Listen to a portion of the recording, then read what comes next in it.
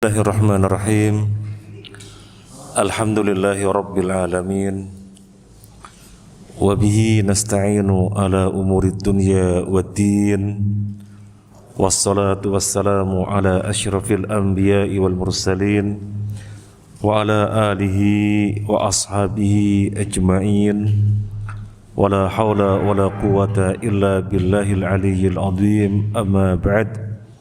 Para jamaah rahimani wa rahimakumullah, alhamdulillah pada pagi hari ini dengan perkenan, dengan izin dan dengan taufik dari Allah Azza wa Jalla, kita diberi kesempatan sekaligus kemampuan untuk sama-sama tafaqquh fid din.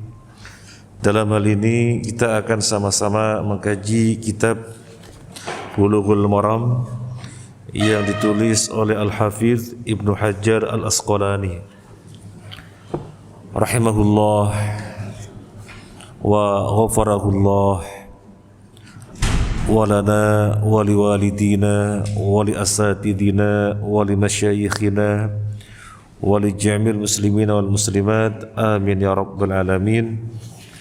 Kita memulai dari bab haji, keutamaan haji dan penjelasan orang yang diwajibkan berhaji. Dimulai dari hadis 578. Ada salah cetak di buku yang ada pada saya. Semestinya 578.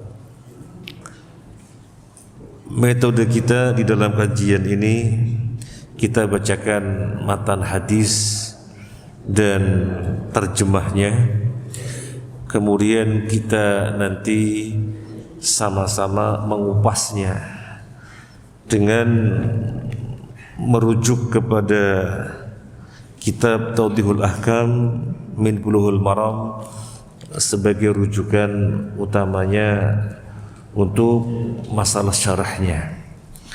Baik, kita mulai. Insyaallah Bapak Ibu sudah siap. Dari Abu Hurairah radhiyallahu an, bahwasanya Rasulullah sallallahu alaihi wasallam bersabda, al-umratu ilal umrati kafaratun lima bainahuma wal hajjul mabruru laisa lahu jazaa'un illal jannah. Umrah yang satu ke umrah yang lainnya adalah kafarah, penebus dosa di antara keduanya, di antara umrah yang satu ke umrah yang berikutnya. Dan haji mabrur tidak ada balasannya kecuali surga.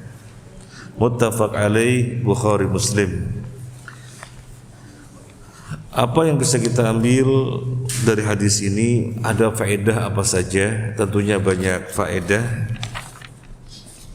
Yang pertama, fadlul umrah wa annaha tukaffiru dzunuba kasairil ibadat. Fadilah umrah, dia menghapuskan dosa-dosa sebagaimana ibadah-ibadah lainnya. Juga faedahnya menghapuskan dosa-dosa. Allah Ta'ala berfirman, innal hasanati yudhibnas sayyiat, dalam surat Hud ayat 114. Sesungguhnya kebaikan-kebaikan itu menghapus kesalahan-kesalahan. Sesungguhnya kebaikan-kebaikan itu menghapus dosa-dosa. Kita berbuat ibadah apa, dosa tertutup. Kita berbuat ibadah apa, dosa tertutup, dan seterusnya. Demikian pula umrah. Di dalam hadis ini disebutkan umrah yang satu ke umrah yang berikutnya, maka dosa-dosa yang ada di antara keduanya dihapuskan. Lakin qayyada al-ulama'u at-takfir lis-saghair dunal kabair.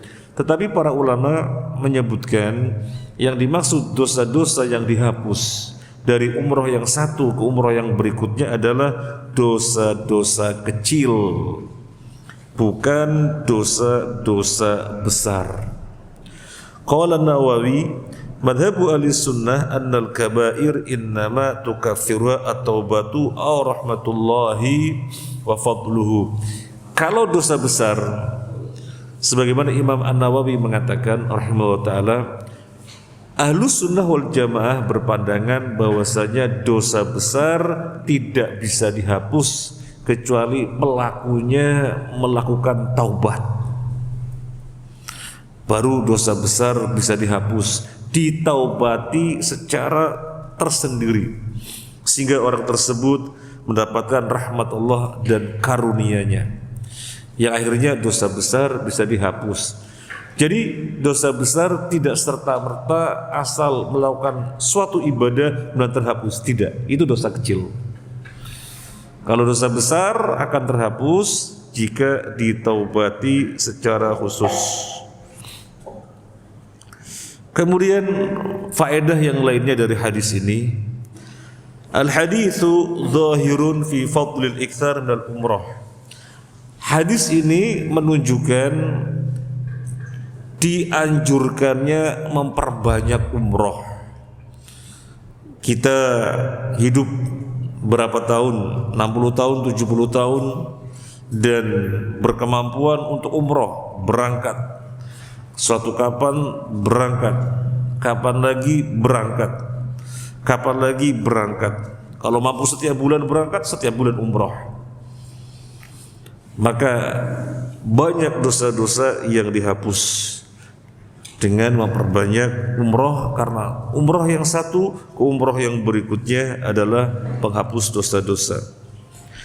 Kemudian faedah yang berikutnya, annal umroh laisa laha waqtun makhsus wala zamanun muayyanun. Umroh tidak memiliki waktu tertentu dan zaman tertentu. Jadi nggak ada ketentuan umroh itu ditetapkan waktunya setiap apa, nggak ada. Umroh itu ditetapkan zamannya setiap apa, nggak ada. Sangat leluasa, kapan bisa umroh, umroh.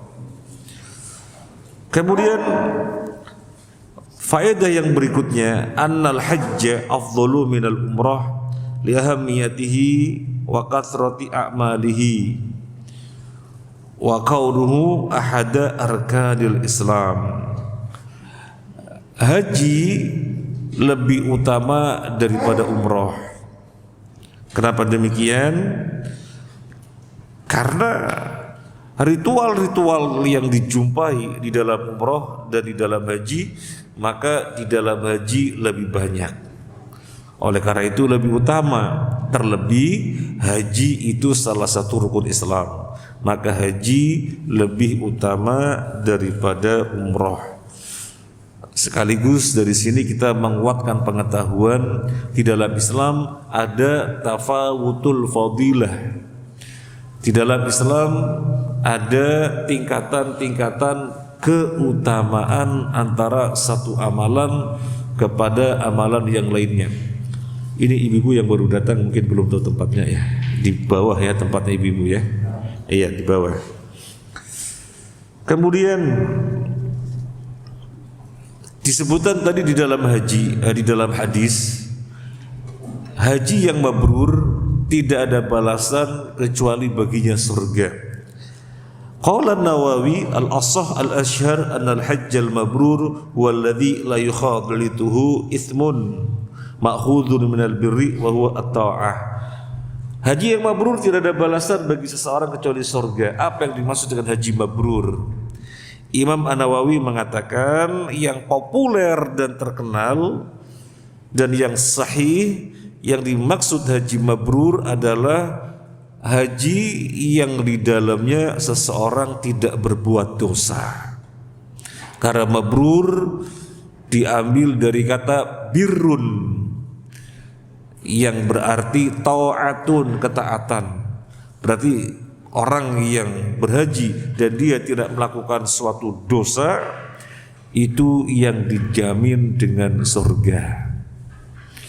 Makanya kan wanti-wanti sekali kita kepada orang-orang yang akan berangkat haji.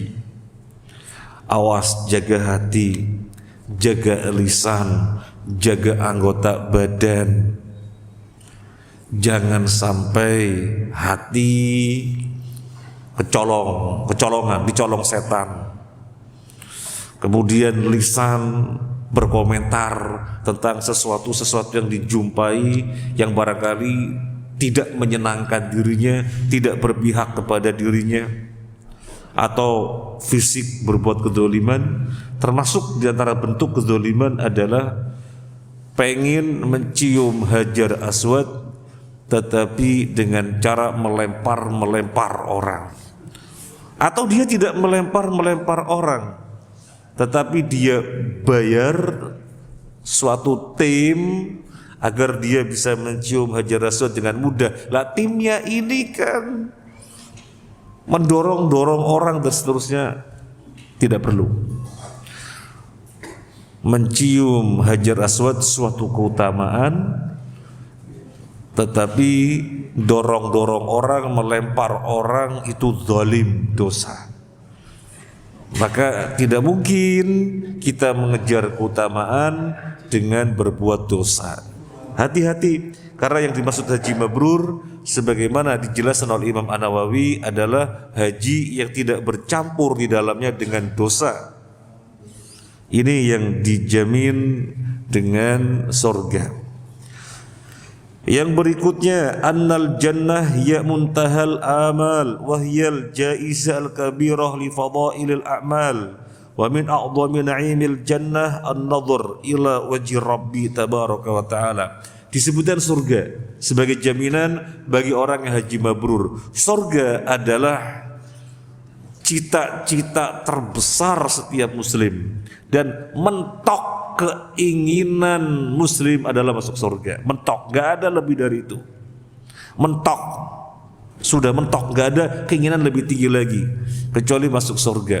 Dan di dalam surga kenikmatan yang paling tinggi adalah an-nadhru ila wajhi rabbi tabaraka wa ta'ala. Kenikmatan yang berupa melihat wajah Allah Ta'ala. Wujuhu yawma idin nadhirah ila rabbiha nadhirah. Pada hari itu wajah-wajah berseri-seri, mereka melihat Tuhannya. Kemudian ada faedah yang berikutnya, al-haddu ala ada'il haji khalian minal ithmi atiyan ala al-wajhil masyru' li ajli al-husul ala hadha thawab al-azim. Tadi sudah kita sebutkan poin ini. Dari hadis ini ada isyarat hati-hati orang yang berhaji agar menghindarkan diri dari suatu perbuatan dosa biar meraih balasan yang besar ini, yaitu jaminan surga.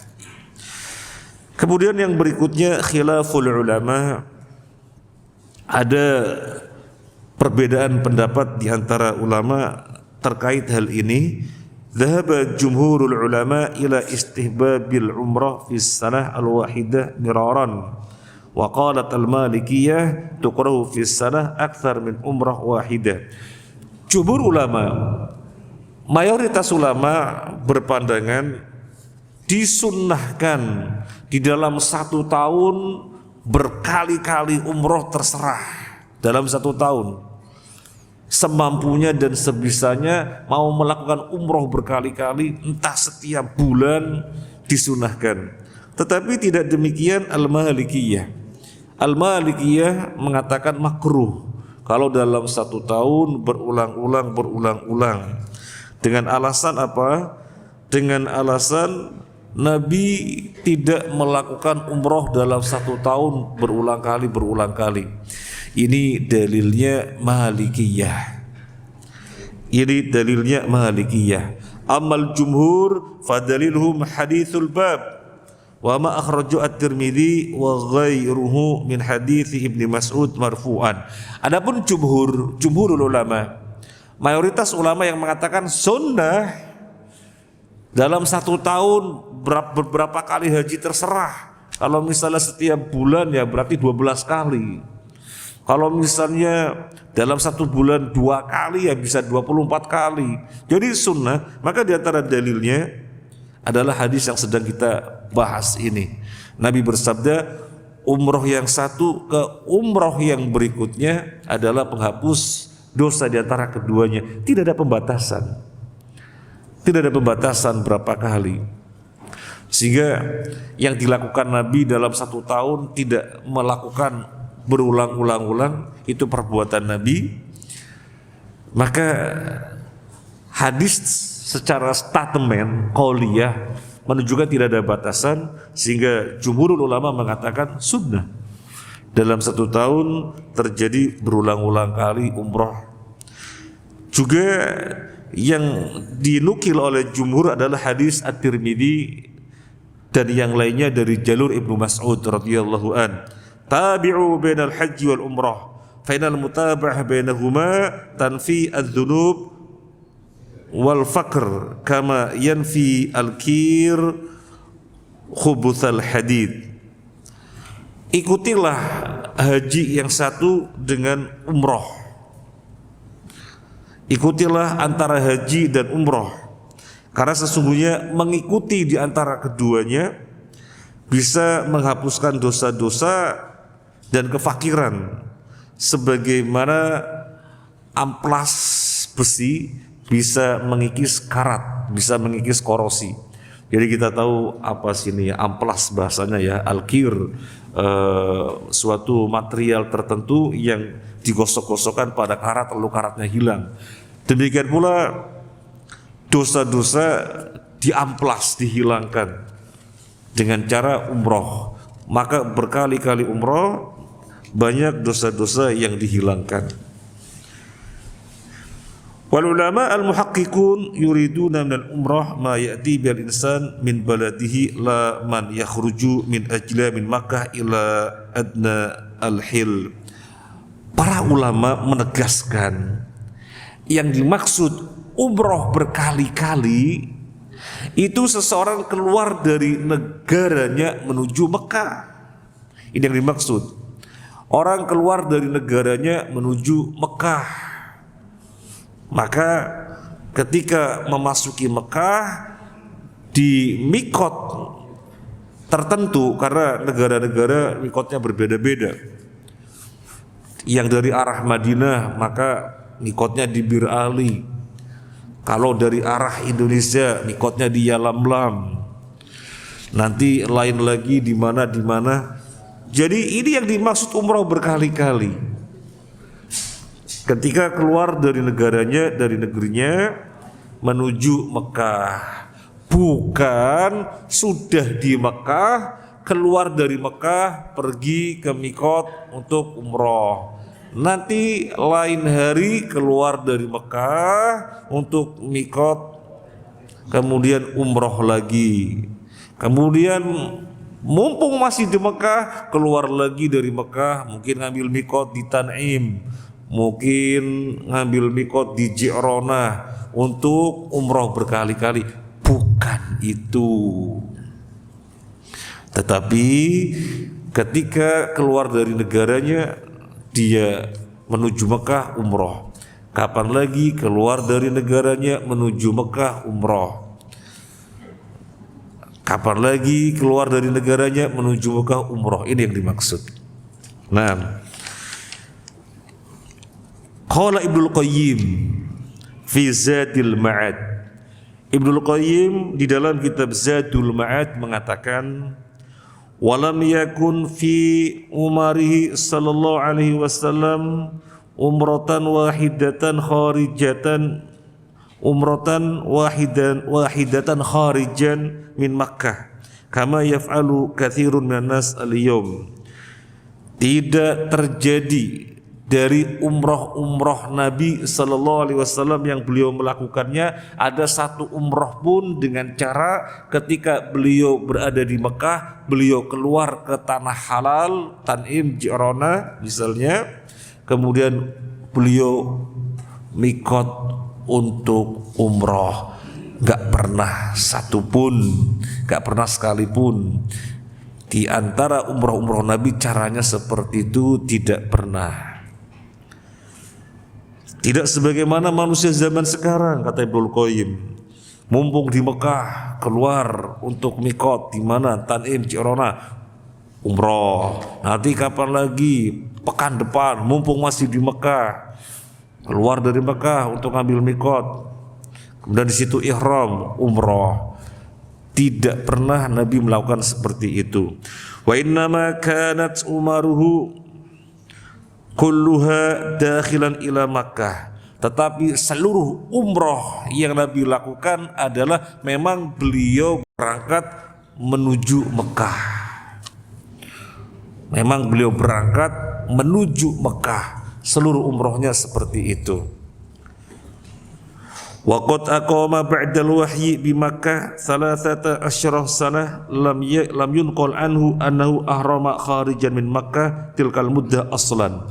Beliau tinggal di Mekah setelah turunnya wahyu, diangkat menjadi nabi 13 tahun. Tidak dijumpai satu nukilan pun tentang beliau keluar dari Mekah untuk umroh. Nanti kapan hari keluar dari Mekah untuk umroh, tidak ada satu riwayat pun yang dinukil demikian. Fal umroh allati fa'alaha Rasulullah sallallahu alaihi wasallam wa syara'aha umratad dakhil ila Makkah. Umroh yang beliau sallallahu alaihi wasallam melakukannya dan beliau menetapkannya adalah umroh dengan cara seseorang melakukannya ketika masuk Makkah. La umroh man kana biha fa kharaja ilal hilli liya'tamir. Bukan sudah di Mekah keluar untuk mikot di tanah halal kemudian umroh. Nanti pas kapan lagi keluar untuk mikot di tanah halal kemudian umroh. Bukan demikian. Walam yaf'al hadha ala ahdihi ahadun qattu illa Aisyah wahdaha min baini sairi man kana ma'ahu. Tidak pernah ada satu orang dari kalangan sahabat pun yang melakukan demikian kecuali satu orang saja yang yaitu Aisyah. Kecuali satu orang saja yaitu Aisyah. Liannaha kanat ahramat bil umrah fahadat fa'amarha fadkhalat al-hajj 'ala al-umrah fasarat qaranatan fawajadat hiya nafsuha ayarji sawahibatuha bihajjin umratin mustaqillatin wa tarji'u hiya bi umratin dimna hujjatiha fama amara akhaha ay yu'miraha minat tan'im. Kurang lebihnya begini. Enggak ada satu orang sahabat pun yang berbuat demikian. Sudah berada di Mekah keluar untuk ihram di suatu mikot umroh, tidak, kecuali Aisyah. Karena ketika itu Aisyah begitu semestinya ihram, beliau haid, sehingga beliau tidak bisa melakukan ritual haji ketika itu. Beliau tidak bisa melakukan ritual haji ketika itu. Maka hajinya dimasukkan ke dalam umroh, atau umrohnya dimasukkan ke dalam haji yang disebut dengan haji qiron. Haji dan umroh dilakukan sekaligus. Karena ketika semestinya ihram, dia haid. Kemudian ketika sudah suci, Nabi memerintahkan saudaranya agar Aisyah keluar dari Mekah untuk ihram di tempat mikot yang namanya Tan'im. Ini saja. Jadi kalau ada orang yang mau umroh dengan cara sudah di Mekah keluar biar bisa ngambil mikot, maka dia haid dulu.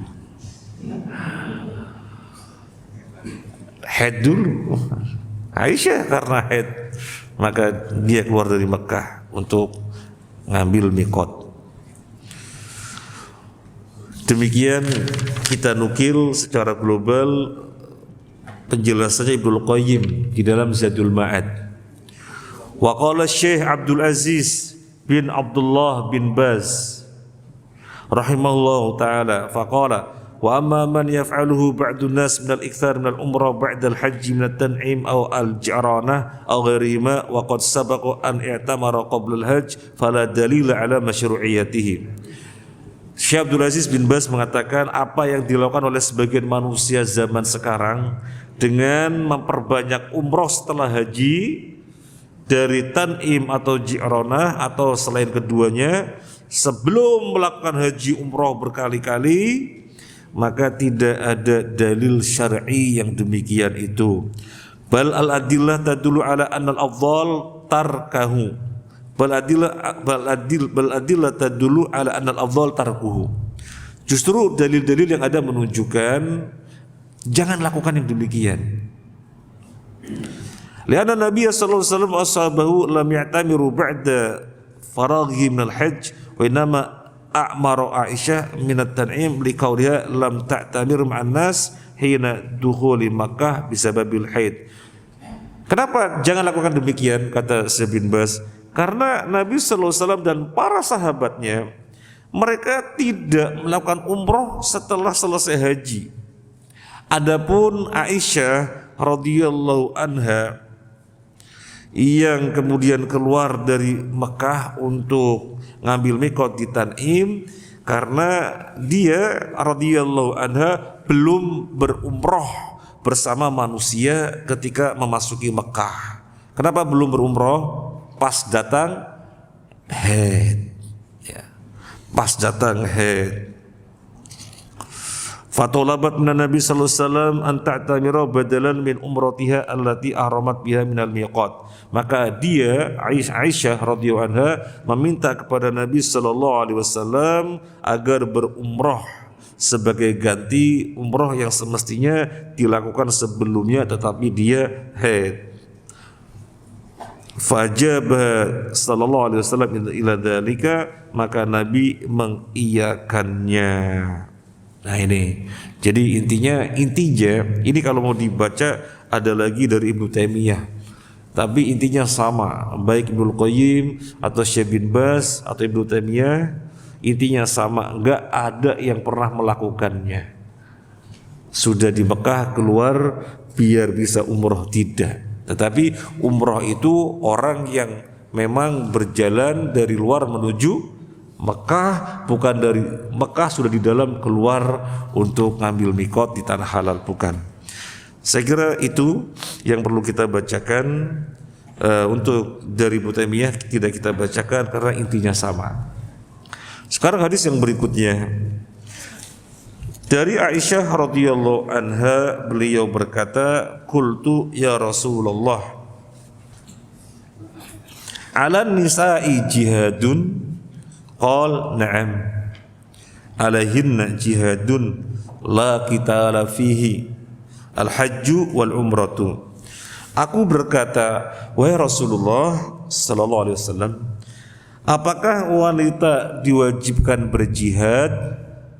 Beliau menjawab, ya, wanita juga diwajibkan berjihad, tapi jihad yang tidak ada peperangan di dalamnya, yaitu apa? Haji dan umroh. Apa yang bisa kita ambil dari hadis ini? Kita bacakan derajat hadisnya terlebih dahulu. Darajatul hadithi al-hadithu sahihun.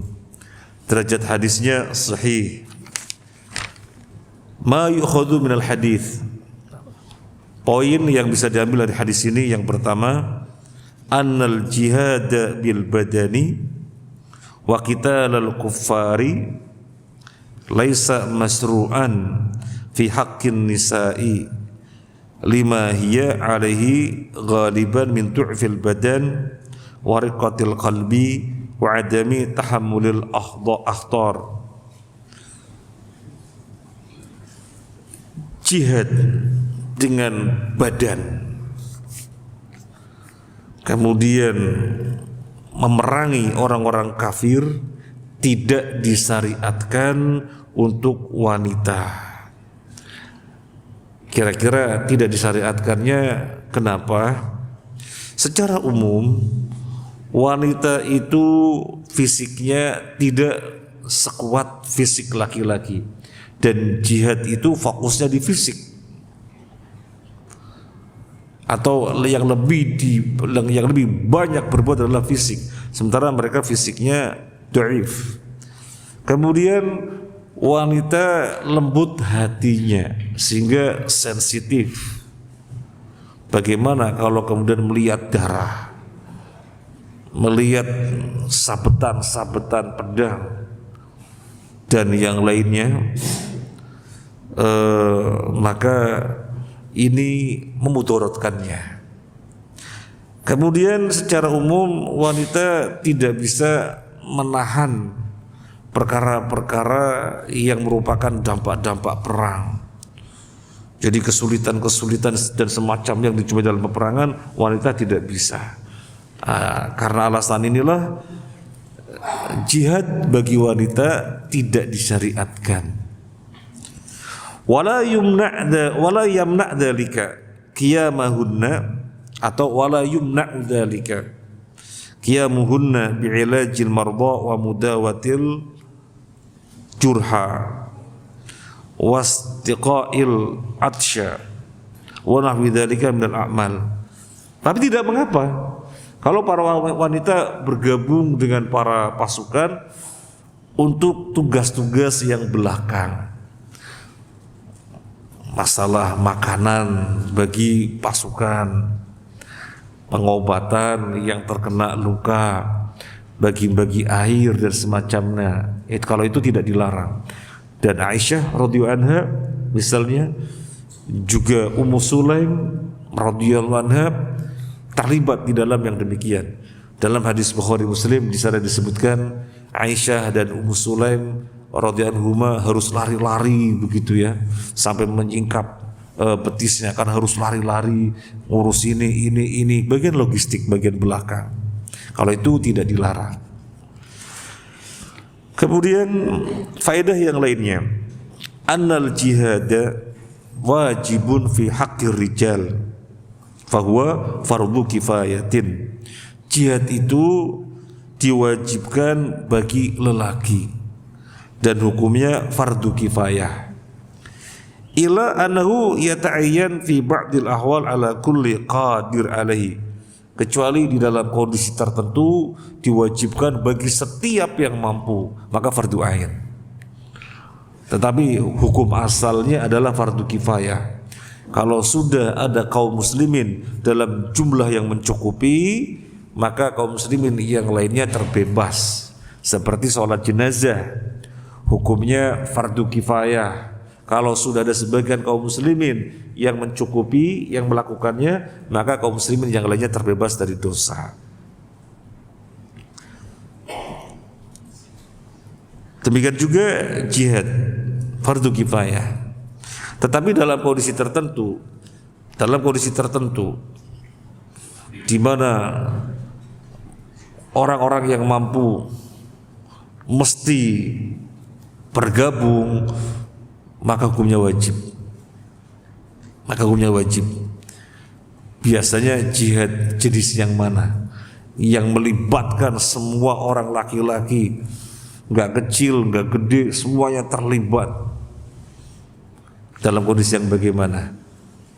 Dalam kondisi ketika diperangi sehingga mereka harus mempertahankan diri, maka semuanya terlibat. Tapi kalau tanfir ya, kalau tadi jihad difa, jihad pembelaan diri karena dikepung, diserang. Adapun kalau tanfir, kalau diberangkatkan, maka siapa yang diberangkatkan oleh amir? Kalau bahasa kita presiden, siapa yang diberangkatkan oleh presiden? Maka mereka yang mesti berangkat. Kalau jumlahnya sudah mencukupi, yang lainnya terbebas dari dosa. Jadi ada jihad tanfir, jihad di mana mereka disuruh berangkat, ada jihad difa, jihad di mana mereka mempertahankan negerinya karena diserang. Kemudian yang berikutnya ada faedah tasbihul haji wal umrah bil jihad bi jami'il bu'di anil autan wa mufaraqatil ahl wa badlil amwal wa taris safar wa at'abil badan. Di dalam hadis ini haji dan umroh diserupakan dengan jihad. Kan Nabi bersabda ketika ditanya, "Ya Rasulullah, apakah wanita wajib berjihad?" "Iya, wajib berjihad juga, tapi dengan jihad yang di dalamnya tidak ada peperangan." Apa? Haji dan umrah.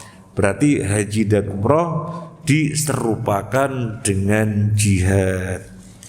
Serupanya sisi apa kira-kira? Nabi mengatakan haji dan umrah itu jihadnya wanita. Berarti haji dan umrah diserupakan dengan jihad. Makanya kita bertanya, diserupakan sisi apanya? Bijamil burdi anil autan. Di antaranya jauh pergi meninggalkan negerinya. Karena dikirim ke suatu negeri, maka jauh dari negerinya. Berangkat dari Indonesia ke Makkah, meninggalkan negerinya menuju Makkah. Jadi ada kesamaan jauh dari negerinya. Kemudian mufaraqatil ahl, meninggalkan keluarga. Yang namanya jihad pasti meninggalkan keluarga. Diutus, dikirim kemana, ninggalin keluarga. Haji dan umrah juga demikian, meninggalkan negeri Indonesia ke Mekah, keluarganya ditinggalkan. Kemudian ada kesamaan lagi, yaitu badlul amwal, mengerahkan harta yang dimilikinya. Siapkan kudanya, siapkan ontanya kalau zaman dulu, siapkan pedangnya, siapkan perbekalannya, itu kalau zaman dahulu. Nah sekarang apa yang bisa disiapkan? Siapkan. Nah demikian juga haji dan umrah. Untuk berangkat ke Mekah sana tidak tangan kosong, tapi apa yang bisa disiapkan, siapkan. Nah, ini sisi kesamaan. Kemudian sisi kesamaan yang lainnya adalah wa taris safar wa at'abil badan. Adanya suatu kendala-kendala yang itu melekat pada jihad. Nah umrah juga demikian. Yang namanya safar, ada suatu kendala-kendala yang cukup merepotkan, yang harus disabari. Kemudian termasuk fisik yang dituntut lebih, sehingga siap capek. Jihad jelas banyak gerak, banyak naik, banyak turun, banyak lari dan seterusnya. Jadi menuntut fisik. Haji dan umrah juga demikian, menuntut fisik. Apalagi ketika itu belum ada kendaraan mobil atau kereta seperti sekarang. Sudah ngambil mikot di Bir Ali di Dzulhulaifah, menuju Madinah dengan onta, dengan kuda, itu berjalan berapa lama? Berhari-hari menuju Mekah. Kalau zaman sekarang ya 6 jam pakai bis, atau barangkali pakai kereta sekarang 2 jam. Nah ketika itu jadi perjalanan haji dan umrah itu melampaui medan yang cukup berat. Nah ini disamakan dengan jihad. Kemudian yang berikutnya ada fadilah apa? Fadlul haji wal umrah idh ja'ala thawabahuma ka thawabil jihad fi sabilillah. Fadilah haji dan umrah, Allah menjadikan keduanya seperti pahala jihad. Pahala haji dan umrah, Allah menjadikan pahala keduanya sebagaimana pahala jihad.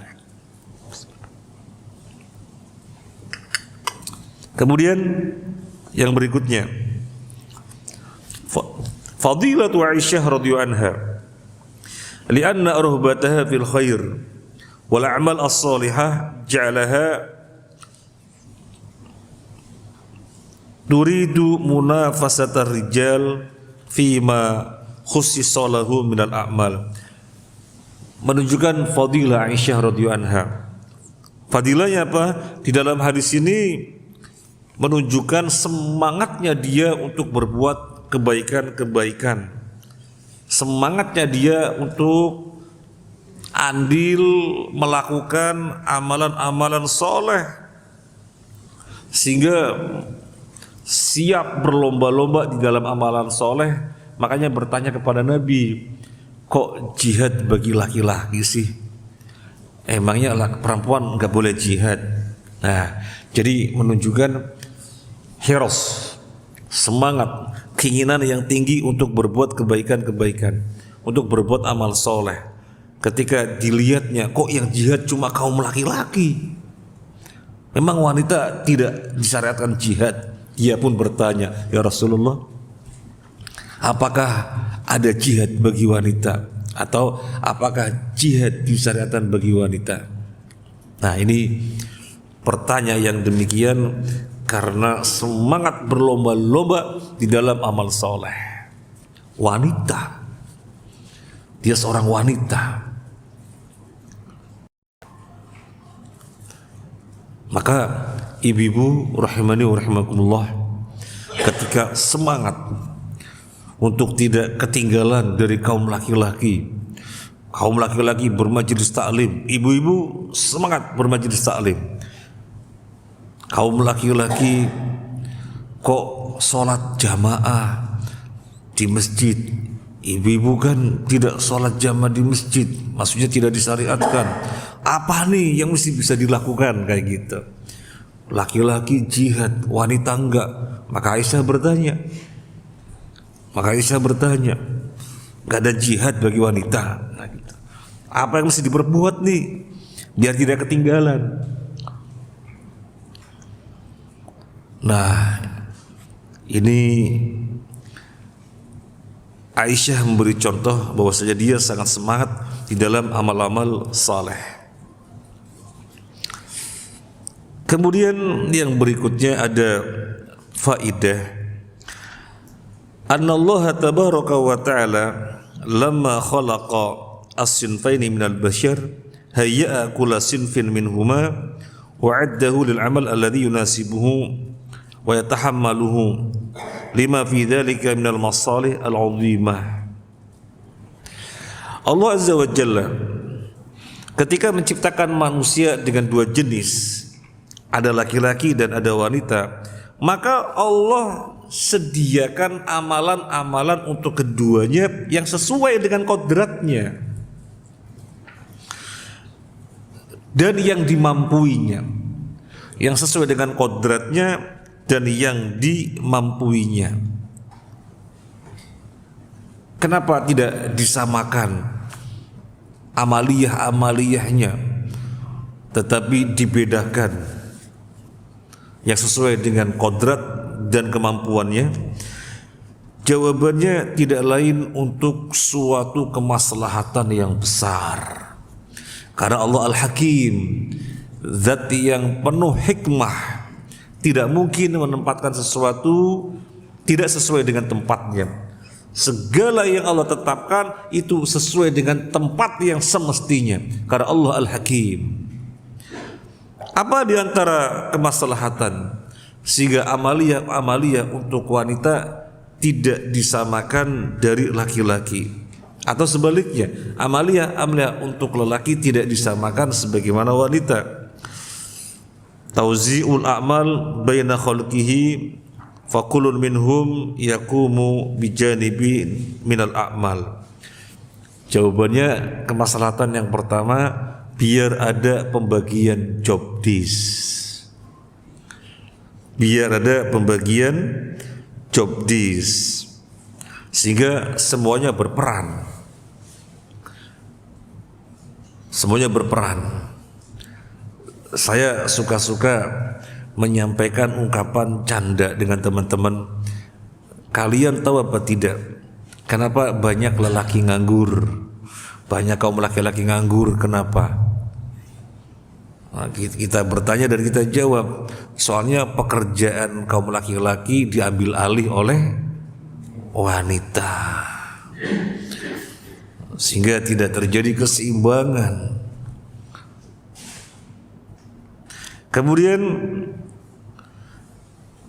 annas sinfal wahid idza takhassasa bi amalin minal a'mal wahdahu ajadahu wa atqadahu faja'a 'alal murad. Jika suatu job dikerjakan oleh orang yang memang secara kodrat cocok di situ, maka yang terjadi hasilnya bagus.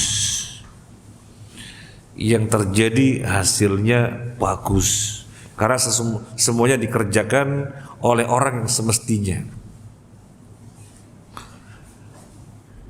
Wanita itu berperangai lemah gemulai, bukan perkasa. Tetapi wanita bisa menjadi perkasa ketika dia mengambil job yang sesungguhnya jobnya laki-laki. Kemudian pulang ke rumah, suami menjumpainya, karakter kewanitaannya bisa hilang.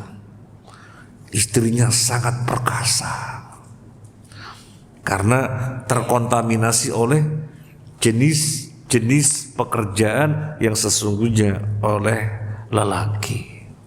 Nah, ini kan terjadi pergeseran. Akhirnya fungsi sebagai istri tidak maksimal. Nah, ini contohnya. Ini contohnya.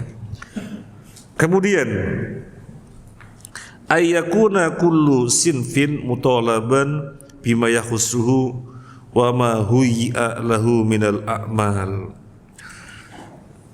Yang ketiga mirip dengan yang kedua, bahwasanya dengan dibedakan jenis pekerjaan laki-laki dan perempuan, jenis amalan laki-laki dan perempuan, maka semuanya akan dikerjakan sesuai dengan yang semestinya.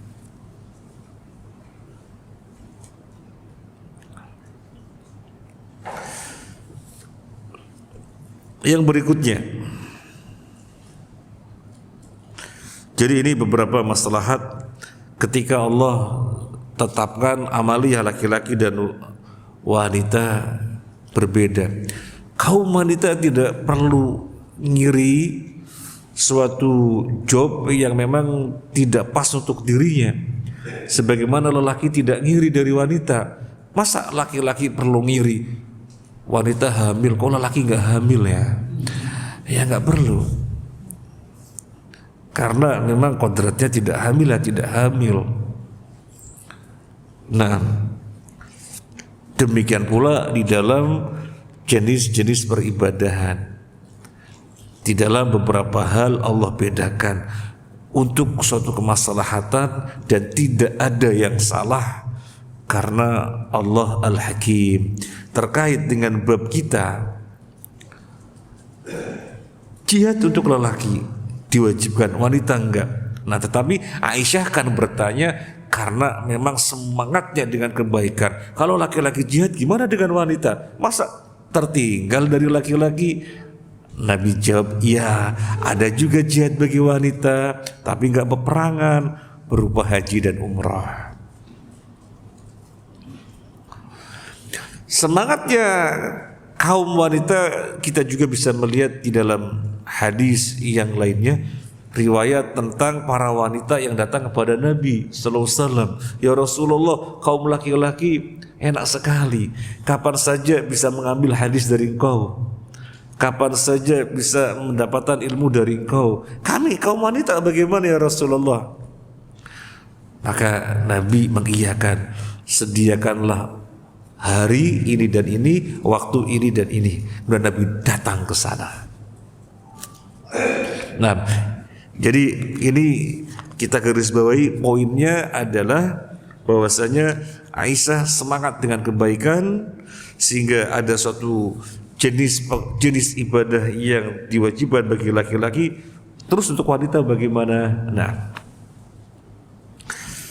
kemudian yang berikutnya, husnu ta'limin Nabi sallallahu alaihi wasallam wa jamili ijabatihi fa huwa lam yanfi an Aisyah tasawwufaha wa washtiyaqaha ila fadilatil jihad fi sabilillah.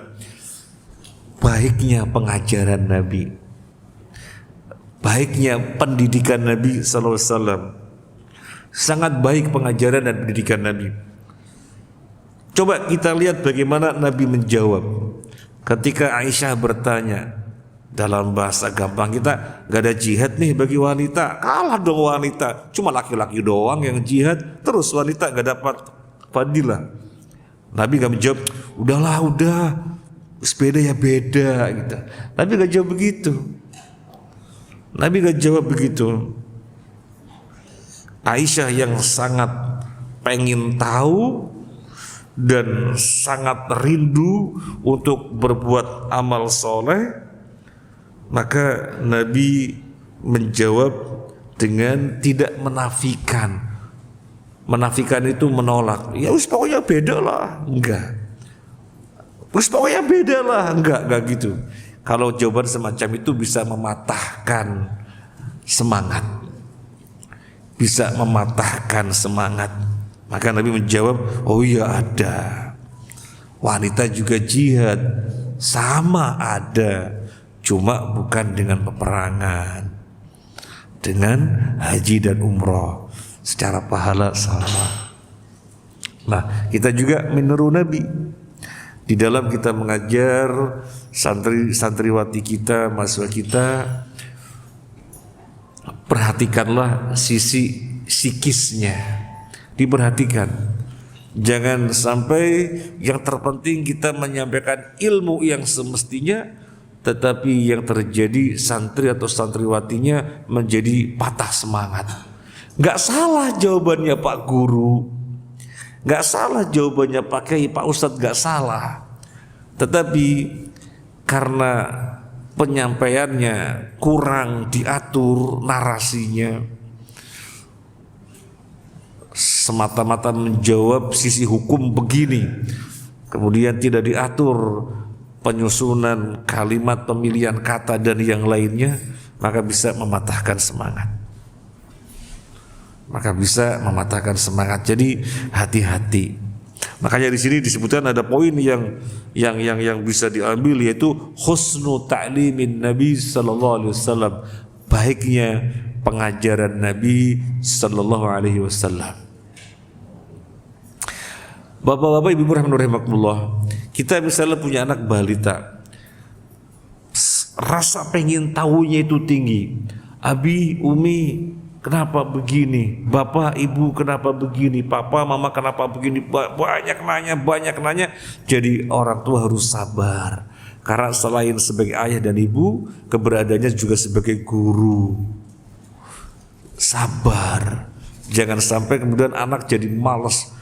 Bapak kalau saya nanya gak dijawab gitu ya. Bapak kalau saya nanya jawabnya asal gitu ya. Dikesankan jawabnya asal, tidak mau menjelaskan sampai anak jelas. Hati-hati. Tirulah Nabi sallallahu alaihi wasallam yang melakukan pengajaran dengan sangat bagus. Bahkan bagusnya pengajaran Nabi, beliau ketika melihat muridnya berprestasi langsung diberi apresiasi, dan ketika melihat muridnya melakukan suatu kesalahan langsung ditegur. Jadi beliau tidak menunda memberikan apresiasi, sebagaimana tidak menunda untuk melakukan evaluasi.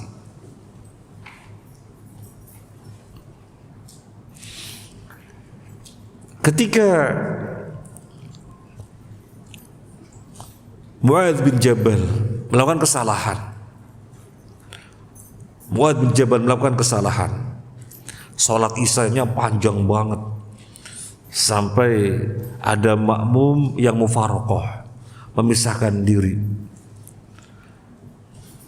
Maka semacam ini tidak boleh terjadi lagi. Sehingga Mu'adz bin Jabal, Nabi berkata kepada dia, afatanun anta? Apakah kamu mau membuat kerusakan? Baca saja surat ini dan ini. Karena jamaah kamu ada orang tua dan ada orang yang terburu-buru. Siapa biasanya terburu-buru? Ya kalau di pinggir jalan musafir gitu ya.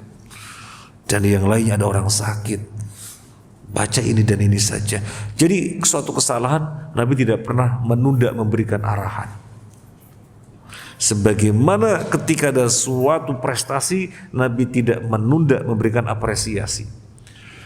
Mu'adz bin Jabal, orang yang sama, ketika dijumpai sering terlihat di majelisnya Nabi, maka Nabi memberikan apresiasi. Ya Mu'adz, uhibbuka fillah. Wahai Mu'adz, aku mencintai kamu karena Allah. Ahabbakallahu fima ahbabtani. Semoga Allah mencintai Anda sebagaimana Anda mencintai saya. Jadi ini penting sekali, dan itu tentang husnul ta'limin Nabi, baiknya pendidikan Nabi, baiknya pengajaran Nabi sallallahu alaihi wasallam. Sebaiknya para guru di sekolah-sekolah atau para pendidik membeli buku yang judulnya An-Nabi Mu'alliman. Itu judul bukunya, An-Nabi Mu'alliman. Kalau diterjemahkan, Nabi seorang guru besar. Dan sudah diterjemahkan, kalau penerbit mungkin dengan terjemahan yang berbeda-beda. Intinya di situ adalah hadis-hadis tentang pengajarannya Nabi sallallahu alaihi wasallam. Bagaimana beliau mengajar, penting sekali. Sehingga tidak perlu kita mencari referensi dari barat dan yang lainnya tentang pendidikan, tidak perlu, sudah lengkap. Bagaimana tidak lengkap? Nabi menyatakan Nabi adalah teladan. Selesai untuk hadis yang kedua, hadis Aisyah radhiyallahu anha. Waktunya sudah habis. Mungkin ada yang mau disampaikan? Kalau ada. Oke.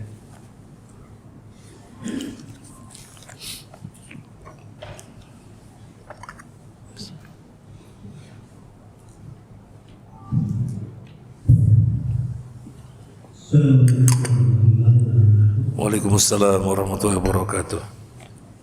Mengenai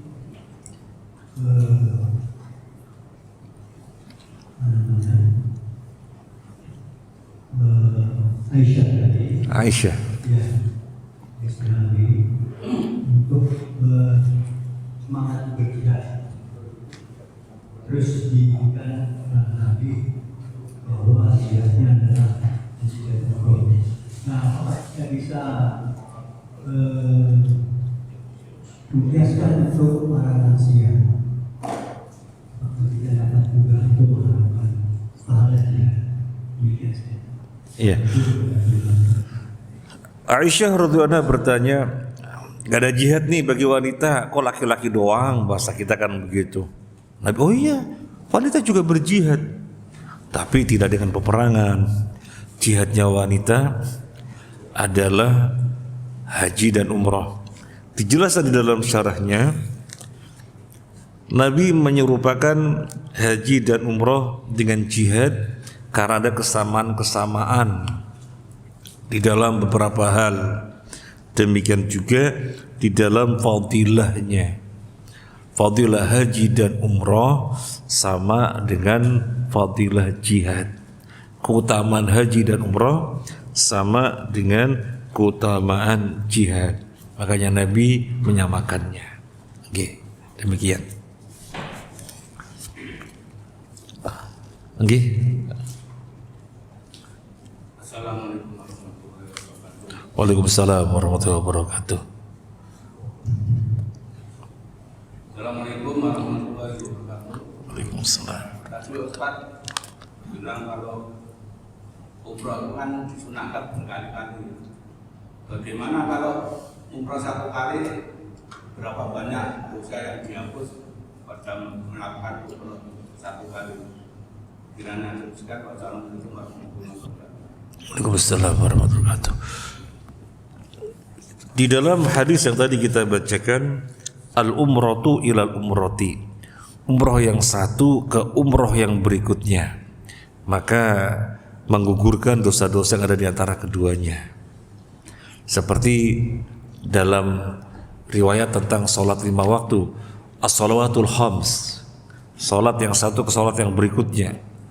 Berarti ini subuh, nanti zuhur, zuhur nanti asar, asar nanti maghrib, maghrib nanti isya, isya nanti subuh. Di antara dua sholat adalah penghapus dosa, kafarat, tetapi dosa-dosa kecil. Demikian juga wa Ramadan ila Ramadan. Ramadan yang satu ke Ramadan yang berikutnya, Ramadan satu ke Ramadan yang berikutnya. Maka di antara keduanya menghapuskan dosa-dosa, yaitu dosa-dosa kecil.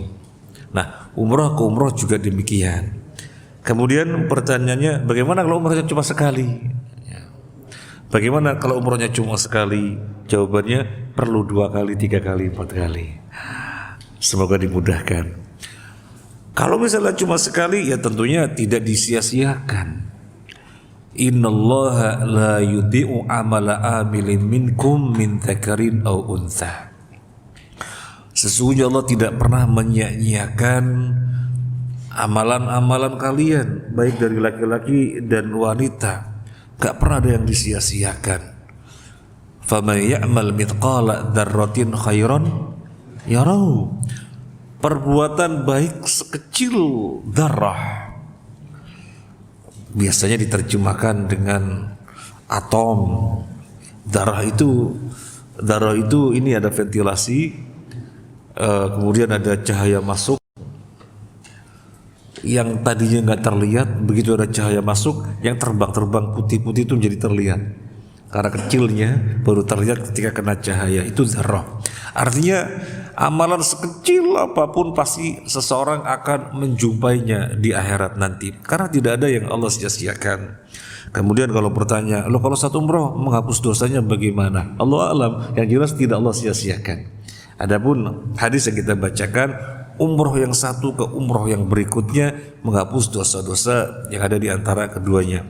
Bagi yang umrohnya baru sekali, semoga nanti 2 kali, 3 kali, 4 kali dan seterusnya. Amin ya rabbal alamin. Oke.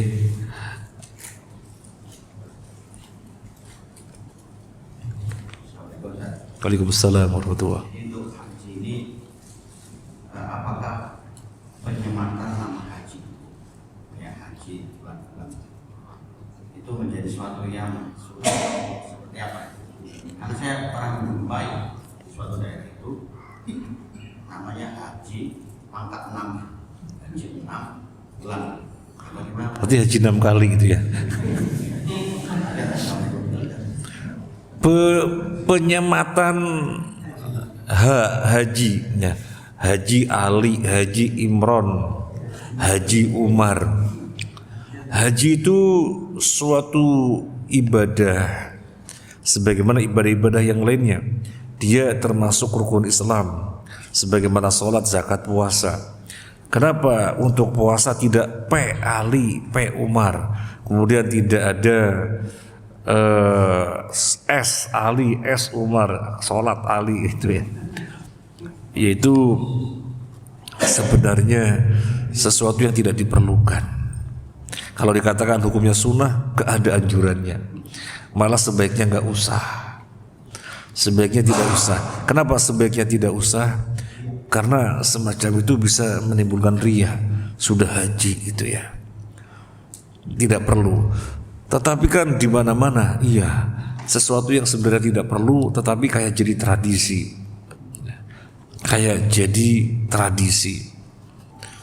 Ya kalau memang tradisinya menuntut demikian, Bapak sudah tidak ada haknya. Jadi Bapak nama di mana-mana nulis nama ya sesuai dengan namanya, gak ada embel-embel hak.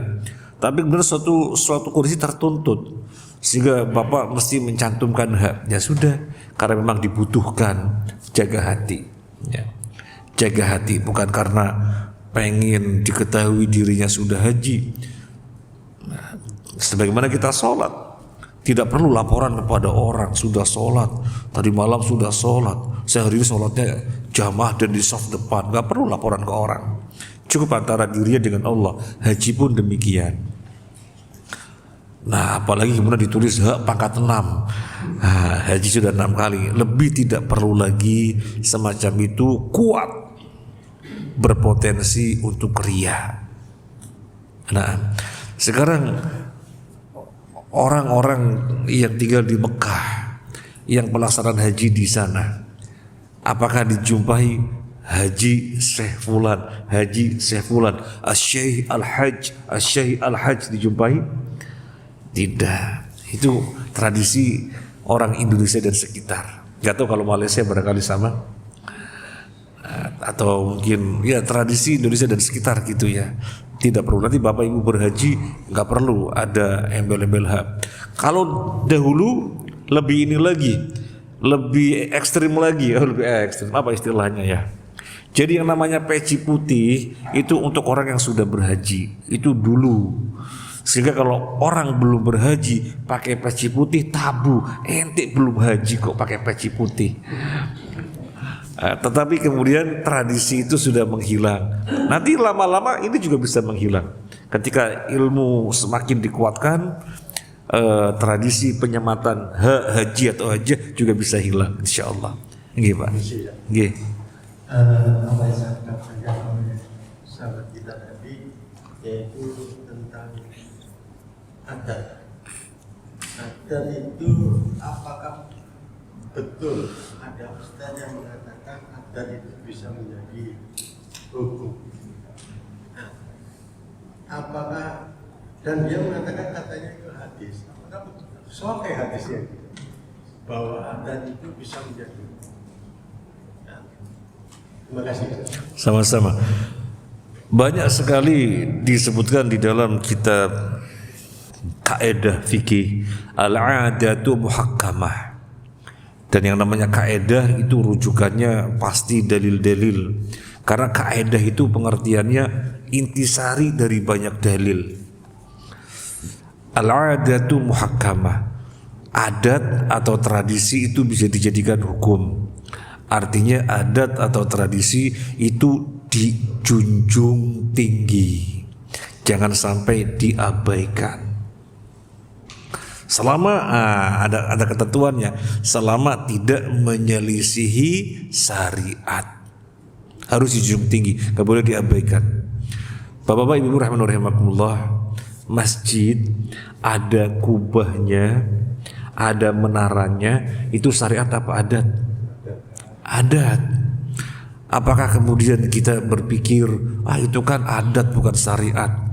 Akhirnya bikin masjid nggak ada menaranya, malah membikin orang nggak ngerti itu masjid atau bukan. Contoh yang paling gampang, kita ada masjid namanya Thaibah. Thaibah itu mana yang menunjukkan masjid? Paling di pintu dulu ya, dulu ketika masih terbuka, paling di pintu-pintunya ada bentuk kayak kubah gitu, kayak kubah. Tapi itu belum menguatkan karakter untuk disebut masjid. Buktinya orang lewat masih bingung, ini masjid apa bukan? Masih bingung, ini masjid atau bukan? Ada yang sudah datang nggak pakai nanya, belok lagi ya, karena tidak ada sesuatu yang menunjukkan masjid ya. Makanya akhirnya ini sudah didesain demikian karena memang pesantren mahasiswa, tetapi juga sesungguhnya masjid. Gimana biar kelihatan masjid? Akhirnya dengan cara yang memang dimampui, cara yang bisa, gimana menunjukkan di masjid? Akhirnya kita bangun menara. Kita bangun menara, kemudian di atasnya ada sesuatu yang menunjukkan masjid. Ya, itu yang kita lakukan. Ya, itu bukan syariat, itu tradisi. Kemudian peci, tradisi apa syariat? Peci, tradisi apa syariat? Tradisi. Tetapi tradisi ini tidak menyelisih syariat, bahkan mendukung syariat. Bagaimana mendukungnya? Untuk orang yang rambutnya gondrong, rambut bisa ke depan menutup dahi, sehingga ketika sujud terhalang antara dahi dengan tempat sujudnya, makruh. Dengan memakai peci bisa tertahan. Jadi ini malah bisa menguatkan syariat itu. Nah, ketika diketahui peci bukan syariat, tradisi, tetapi tradisi, apa lantas nggak usah peci-pecian, bukan syariat kok. Sementara ada di suatu daerah orang kalau sholat nggak pakai peci itu tabu. Itu yang masih kuat karakter demikian. Biasanya di kampung-kampung orang sholat nggak pakai peci sekaligus nggak pakai sarung. Jadi mesti pakai peci, mesti pakai sarung. Kalau nggak itu tabu. Apa iya? Kemudian kita lawan. Alah, bukan syariat kok, tradisi kok. Dan kita memaksakan di sana pakai celana nggak pakai peci. Orang pada nengok. Kita menjadi sasaran yang tidak baik. Makanya selama tradisi itu tidak menyelisih syariat, menjadi hukum artinya dijunjung tinggi. Oke. Misalnya pernikahan memakai batik, datang pada pakai batik. Itu syarat apa tradisi? Tradisi, junjung tinggi. Kalau memang tradisinya memandang itu baik, dan yang namanya menghadiri pernikahan pakai batik itu suatu keindahan, menghormati acara, pakai batik. Jangan kemudian kita mengatakan, wah itu kan tradisi, kemudian gak mau pakai batik, dan yang punya acara kurang diorangkan. Waduh, gak pakai batik, padahal ini pernikahan nih, mestinya pakai batik gitu ya. Demikian. Bagaimana dengan tradisi yang sahih, kita turun. Iya, perkara-perkara yang menjadi kebiasaan yang disebut tradisi, kalau itu menyelisih syariat tidak boleh. Jadi yang dimaksud al-'adatu muhakkamah, suatu tradisi menjadi hukum harus dijunjung tinggi, syaratnya tidak menyelisih syariat. Kalau yang disebutkan ritual-ritual yang tahayul, yang bid'ah, jelas haram ya, karena menyelisih syariat. Kiranya cukup? Satu lagi, ini. Ini ada dari Pak, tapi juga tema. Kalau Ustaz berkenan saya sampaikan.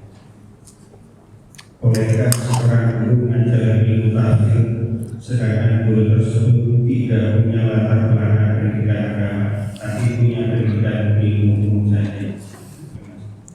Apakah seseorang boleh mengajarkan tafsir padahal dia tidak memiliki perangkat tentang ilmu tafsir? Dia pendidikan umum. Jawabannya tidak boleh. Karena yang menyampaikan tafsir Al-Quran adalah orang yang memiliki perangkat tentangnya, sehingga yang disampaikan dipastikan sesuai dengan keilmuannya. Tetapi kalau sekedar membacakan gitu ya, sekedar membacakan, nih saya bacakan dalam Ibnu Katsir begini ya, sehingga dibacakan, gak ada masalah. Ya, ini di dalam tafsir As-Sa'di kita bacakan ya ayat ini, tafsirnya begini. Ya, gak ada masalah. Tetapi untuk menjelaskan ayat langsung begini, tidak boleh karena gak memiliki perangkat.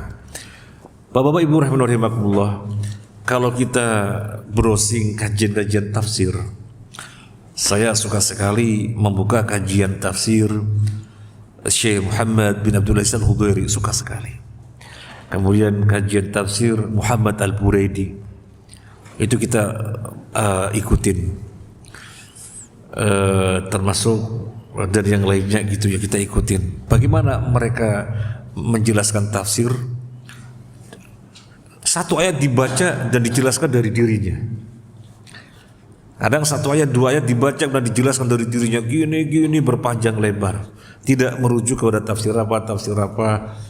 Ya karena memang memiliki perangkatnya. Tapi kalau tidak demikian, kita membacakan ini di dalam Ibnu Katsir ayat itu tafsirnya begini, dibacakan. Kalau seperti itu nggak apa-apa.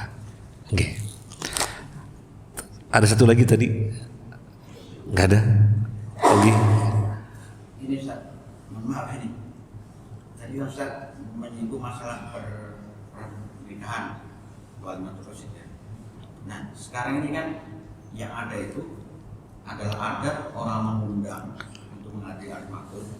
Itu kan intinya memberi makan pada yang diundang. Tapi sekarang ini kan kebalik, memberikan amplop, mencatat. Nah ini bagaimana? Ini pertanyaan yang bagus sekali. Walimatul urs, walimah pernikahan. Orang diundang itu untuk apa? Untuk berpesta. Orang diundang untuk berpesta.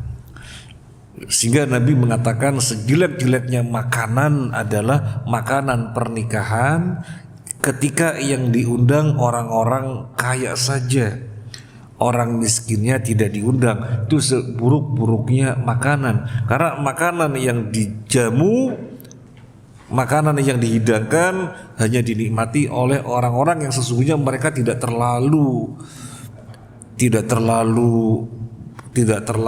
berharap gitu, karena udah biasa. Tapi orang-orang yang sesungguhnya berharap karena memang tidak biasa dengan jamuan-jamuan makanan pesta, malah nggak diundang. Maka seburuk-buruknya makanan. Ini menunjukkan apa? Walimah itu mengundang orang untuk makan, atas kesyukuran atas suatu pernikahan itu. Tapi kemudian ada tradisi diundang itu untuk amplopin gitu ya, diundang untuk amplopin. Nah, itu keliru. Bukannya salah orang yang datang mau memberi hadiah. Oh, saya datang ke sana pernikahan, saya mau memberi hadiah, amplop atau yang lain, tidak salah. Tetapi yang dimaksud di sini dari awal orang mengundang tamu untuk menghadiri walimahnya dan dimintai amplop, sampai disediakan di depan pintunya kotak sehingga datang naruh amplop. Lo diundang untuk makan-makan gitu ya. Maka itu semoga bisa diubah ya, diubah. Apalagi kalau misalnya di kampung lebih parah lagi Bapak Ibu. Di kampung itu lebih parah lagi. Jadi ketika kita datang kemana itu dicatetin. Datang ke walinya si fulan, datang ke walinya si fulan, datang ke walinya si fulan, dicatetin. Ke sana saya bawa ini, ke sana saya bawa ini, ke sana saya bawa ini. Nanti ketika dia walimahan, yang pernah didatangi itu dimintain gitu ya. Ini ngutangin apa ngasih hadiah gitu ya. Gitu. Jadi mau dibilang ngutangin, nggak utang gitu ya. Itu semoga bisa diperbaiki ya. Maka sebagian teman-teman kita memulai mengubah tradisi yang kurang baik itu dengan cara ketika mengundang dikasih gambar amplop tetapi dipalang, disilang. Karena sesungguhnya mengundang untuk mereka makan pesta, bukan untuk bayar, bukan. Terima kasih, jazakallahu khairan. Semoga bermanfaat. Mohon maaf atas hal-hal yang kurang berkenan. Subhanakallahumma wa bihamdika asyhadu an la ilaha illa anta astaghfiruka wa atubu ilaik. Assalamualaikum warahmatullahi wabarakatuh.